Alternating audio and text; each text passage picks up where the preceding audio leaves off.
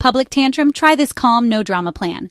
In the next minutes, 5 field-tested tips to prevent meltdowns and guide behavior without yelling.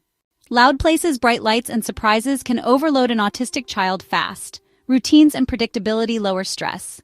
Start with structure. Post a simple visual schedule for the day and a first-then card for tough moments. Your calm is contagious. Go low voice, few words, slow gestures. Offer a quiet spot or headphones before you correct. One choice beats 3. Cart or hand. Walk or buggy. Pair words with a picture or gesture. Practice the routine at home. 2-minute role play of store rules, then reward success with praise or a small privilege.